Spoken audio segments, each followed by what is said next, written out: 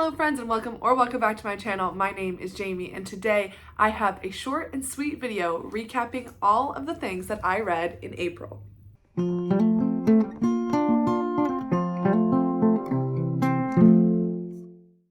Alright, jumping right in. Usually when I do this video, I do also include my next month's TBR, but for the month of May, I already posted a separate TBR video, which you can find here, and that is because I am participating in a special month-long readathon that involves a lot of very specific prompts, so I wanted to make a separate video all about that. So you can go ahead and check out my May TBR in that video, but for today, we are just breaking down everything that I read in April 2024. Getting right into it, a book that I read partly in March and partly in April because it just took me so long to do, that was The Bone Clocks by David Mitchell. This is a book that had been on my TBR for so long, like at least 2 years, and it was one that had been just really staring me in the face, like, you need to pick this up and read it, because David Mitchell is one of my favorite authors. Cloud Atlas is one of my favorite books. I absolutely adored that reading experience, so I was so excited to jump into The Bone Clocks. I did buddy read this with Caitlin Bandy from Bandy's Books, and we had planned an entire discussion about this book. However, having read it, we both got together and we said, ugh, neither one of us enjoyed this book, and we just felt like it wasn't going to make for a good video, so we decided to scrap the idea. But I will finally tell you now about my thoughts of reading this book.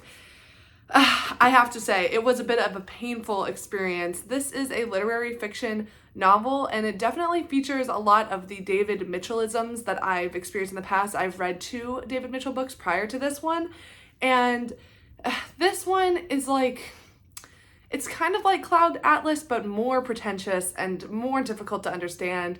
And the fun of Cloud Atlas is the way that David Mitchell plays with format and structure, and that is just not exactly replicated here. This reads like it's like 6 or 7 novellas kind of tied together in very loose ways, and unfortunately the novellas are just not interesting enough on their own. Like, it really is just a long, dense, kind of like excruciating experience, unfortunately. And I really do feel bad saying that, because there are some gems in here as far as, like, you know, David Mitchell is a great writer and he has very, you know, thoughtful, intelligent things to say. It just, it goes on way too long and without getting to the point fast enough. And then there's also a bit of a sci-fi sort of element in here, which, again, he had done that with Cloud Atlas, and there he absolutely nailed it. It worked beautifully. Here, it completely lost me. I wanted to love this, and honestly, like, I stuck it out much longer than I should have, probably, because I knew, like, very early on that this wasn't going in the way that I wanted to go, but I had a lot of faith in David Mitchell. So yeah, that's it. That's what I'm gonna say about this book. I don't think that anybody could really have the patience to enjoy this book, although it does have some 5 stars on Goodreads, so I don't know, maybe there's someone out there that has the patience of a saint to be able to get through this book, but I mean, I did get through it. It's just, I was just having a bad time the entire reading experience. So sad that that did not go to plan, but I am happy that I actually did read it and get it done. It took me a really long time though. Okay, moving on, the next book I have, that is Piglet by Lottie Hazel. This is a debut novel about a woman in London who is right about to be married. I think she's about a couple months away from her wedding, when actually it's not even that. It's way closer to her wedding than that. It's not a couple months, it's like a couple weeks.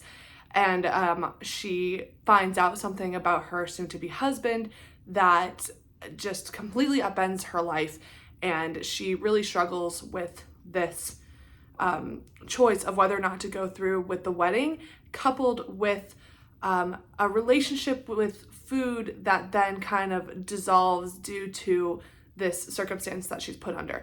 I do have a full review of this on my channel, so I won't get too into the nitty-gritty here, but I will say that I did enjoy this, and I think that there was a lot of very interesting stuff going on. I think that there were some ideas brought up in here that I was very interested in. I really wanted to dig deeper. And ultimately that was my problem with this. And I had a good time with it, honestly. I think I would give this like a 3.75 maybe.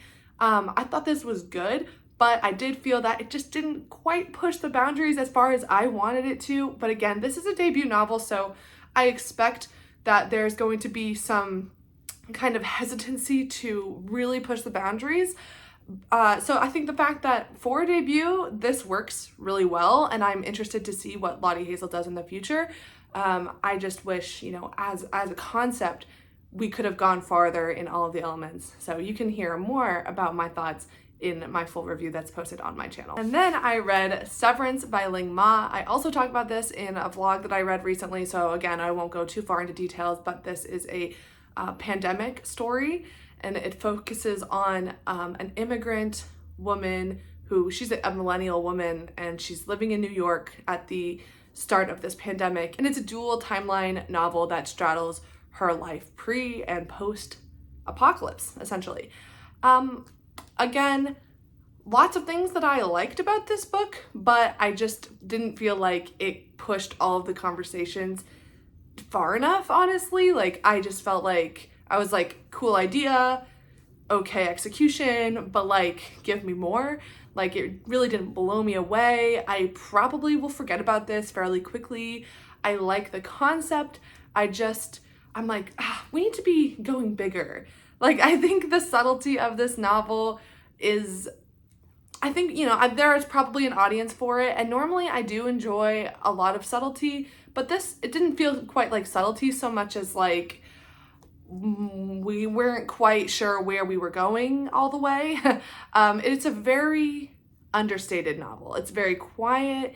It's very, I mean, even the pandemic, you know, what's interesting about the pandemic is that it's not overly like violent, and it's not like horrific, which I do appreciate, because we already read so many pandemic novels that are just terrifying, or at least I do. Is, you know, I read a lot of post-apocalyptic literature and things like that, and there's no shortage of horrific ways that the world could go out, so I don't need more of that. But it was a good idea. I just don't know that the execution completely landed for me. I did find myself a little bit confused as to how the two timelines were going to become immediately relevant to each other, and maybe the point is that they're not relevant to each other, but I don't know if that is really saying enough. I don't know. Maybe if I had read this in a different context, like maybe if I had read this in a group setting and had a little bit more ways to bounce ideas off of people, maybe I could have gotten more out of this, but as it was, I just thought, it was okay. And then I did read This is Vegan Propaganda and Other Lies the Meat Industry Tells You by Ed Winters. This was my pick that I pulled from my TBR teacup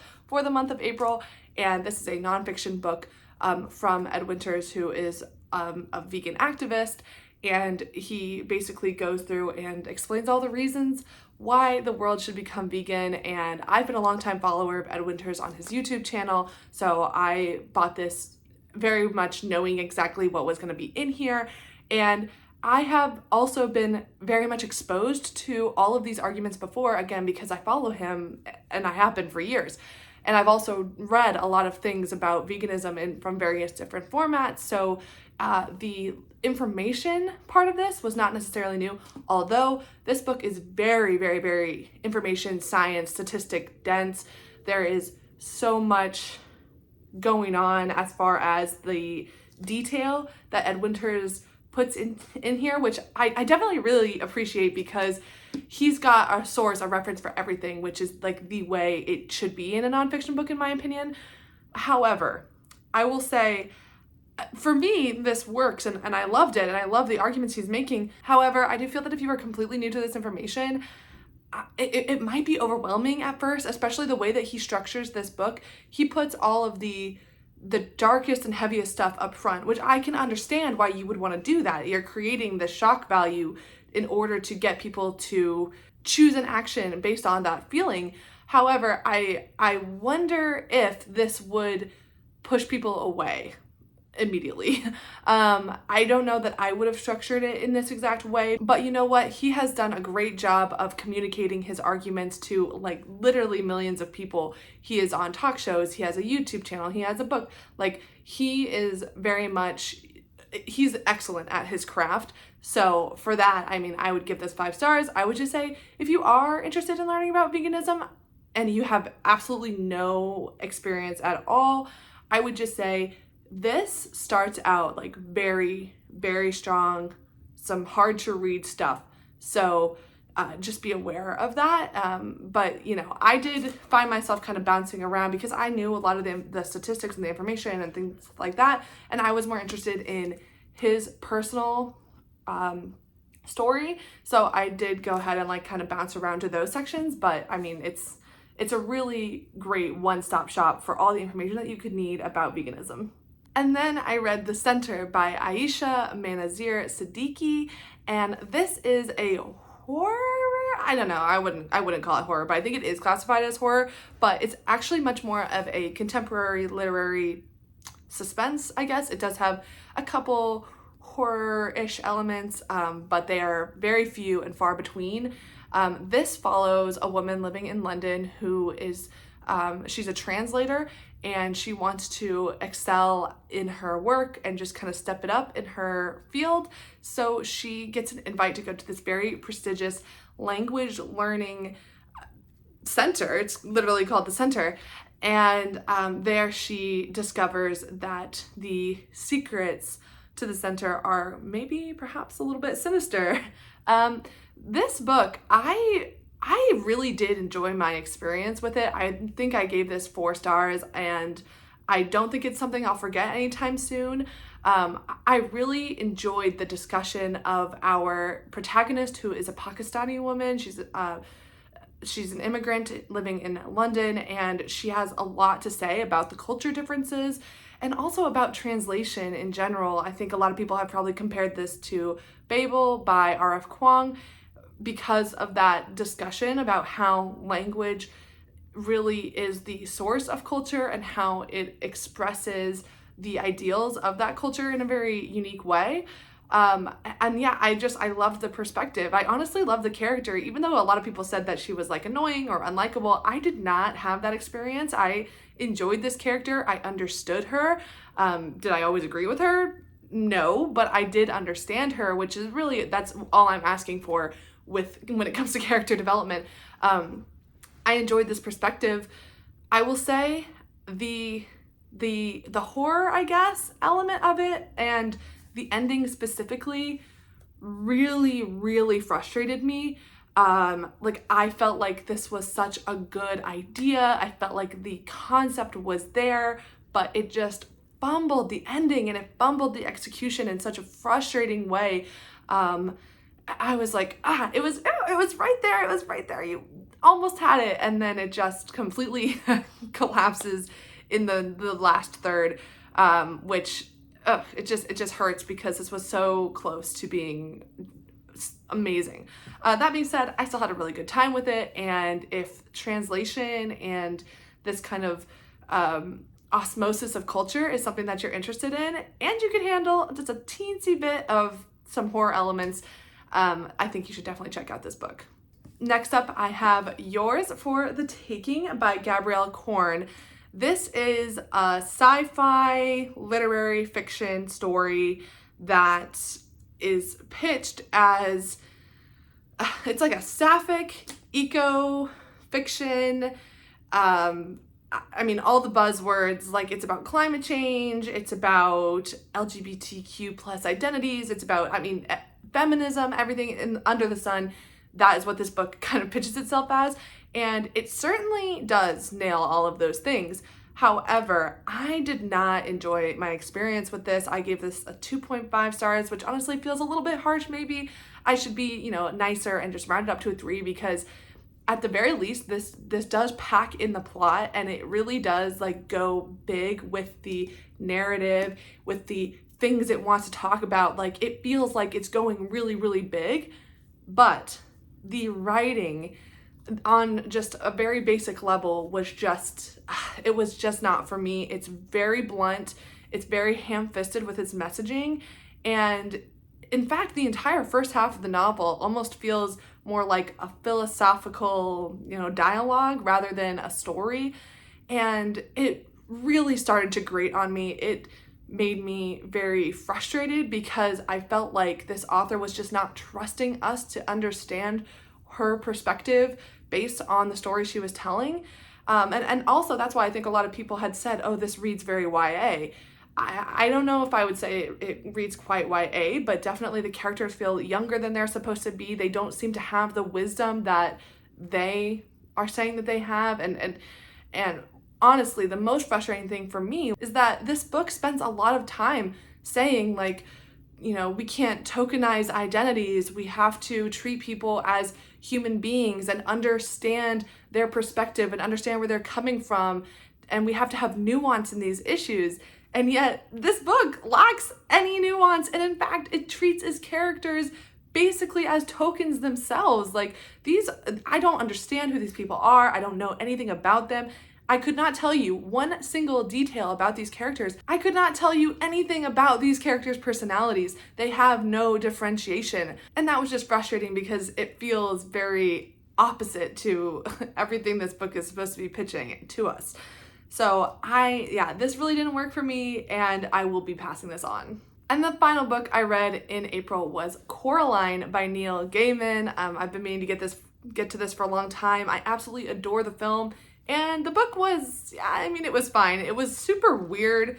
It had even more strange and creepy moments than the film, but I did feel that the film kind of nailed the thematic messaging a little bit better, actually. Like, they made some additions and changes in the movie that I felt actually enhanced the themes. This is very much like a children's fairy tale. There's not a lot of structure. Things happen just because there's no, seemingly no rhyme or reason for them. And that's just not the kind of thing that I tend to enjoy. I like a really well thematically structured story, which I think the movie actually accomplishes better. But I'm happy to have read this. Very short, and honestly, I think I will return to this multiple times. And I read it really quickly and wasn't doing a lot of analytical thinking while I was reading it, so probably I could sit down with it and take a little bit more time. I enjoy it. I gave it 3 stars. And then I did just have a couple, not DNFs, well, one DNF, but I had a couple books that I actually made a lot of progress on in April, but didn't end up finishing, so I couldn't really talk about them there. One of them being A Gentleman in Moscow by Amor Tolls. I got 200 pages into this, so basically the length of another novel. And I really am really enjoying my time with this. This is about a man who is sort of imprisoned in this luxury hotel in Moscow. And this is the first Amor Tolls book that I've ever read. And oh my goodness, the writing is luxurious, it's rich, it's lush, it's dense because of all of that. And it's, taking me a long time to read this book. I really have to use all of my brain power just to absorb one sentence.